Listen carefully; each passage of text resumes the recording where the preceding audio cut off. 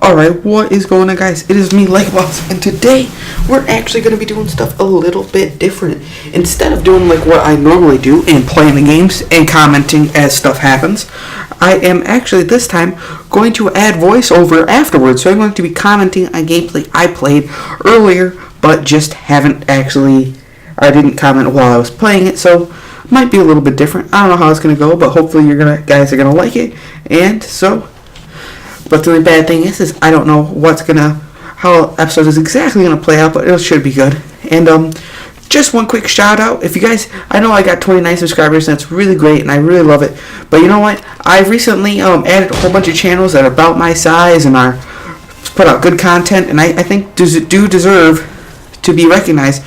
So if you guys want to go check out the channels I have posted at the bottom of my channel, you know, feel free to go head on up to rate, comment, subscribe to all that fun stuff on my channel. But, you know, go ahead and do that for everybody else, too. So, as we get into it, we can sort of see I had this very nice little fight with that guy, and we killed him. And actually, I'm going to explain who that was. Now, there's all those random events where British soldiers are trying to take Americans and force them to work for the British as soldiers. But because you're a nice little guy, you go and try to stop them. And if you stop enough of them, what'll happen is you can actually you raise the assassin influence in the area, and once it gets high enough, once you complete those little missions, you will get a big mission to assassinate someone or take over a fort or do something to gain control of the area and gain a new assassin recruit. And recruits work a little differently in this one, as you can see. And yeah, right now I'm getting chased by a whole bunch of people. But assassin recruits work a little differently, as there's only 6 of them in this game, and each of them has their own unique ability. Like one's you got some marksmen, you got some people who can start riots, and in addition to being fighters that you can call in when you need them. But I mean, yeah, it's just really good. And right now, because of our actions, we are actually pretty notorious. So as you see, we're getting chased down, and I'm going to head to the contact in this area, the guy who's kind of pushing the resistance in this area, the British. And I think, oh yeah, I do take him out. Then I take him a tomahawk, slit that guy's throat. Combat is a lot smoother once you get used to it. It's a little strange at the beginning to play with it, because I've played all the Assassin's Creed games, and it just felt a little awkward, not what I was used to. But once I get it going, I finally found my jam. Unfortunately, this is the first video in the series, so I think, yeah, I actually do die coming up here in a little bit, but I take out a whole bunch of British with me, so we can laugh as that happens. I really miss a bad chance to counterattack. Oh, there we go. Nice counter kill. That's what I would expect. As you can see, once you get it started up, it's really easy to keep it going. So I mean, yeah, you see they start falling real quick. But unlike the other games where you'd only have like maybe 1 or 2 Borgia, there's actually a ton of redcoats. So it is actually a lot harder. And it's got a weird camera angle going on. But as you can see, that guy's an officer, and when I tried to counter kill him, he pimp slapped me backwards. And right now here is, if you want to stop and pause and look at that, I didn't stay there very long, but that is the new weapon selection thing. And as you can see, that little rope thing I threw out was like a little rope dart, and it will grab enemies and pull them to the ground for you for an easy kill. It's kind of like Scorpion's rope he tosses out, and as you can see, I did call in an assassin. There he is, doing his thing, tanking up some people for me. And this is another officer. As you can see how when I tried to chain kill him, any other guy would have been easy to kill, and then I just end up throwing him down. And as you can see, the rope dart worked there, and I think right here is where I take him out, but then that guy stabs me in the back while I'm killing that guy. And sadly, that is the end of that assassin's life, but we start over real soon after we sync back up. But just to say, first of all, the game is pretty long. Actually, where we're starting off now as in the story as Connor is actually about 5-6 hours into it.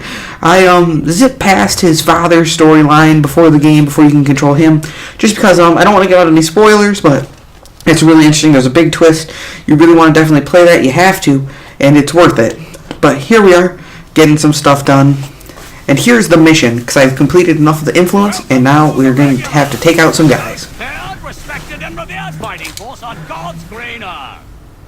Some of you are here by choice. As you can see, this guy is the guy who's been recruiting people against their will to force them to fight in the British Army. And the only way you have a chance of surviving is if you trust your brothers. One weak link can kill a whole squad on the field. Alright, sorry guys, I'm gonna cough. Ooh, excuse me. That's one of them who's responsible for this. Rounding up the young ones and shipping them off. As you can see, that is Connor, the assassin, and next to him is the contact for the region.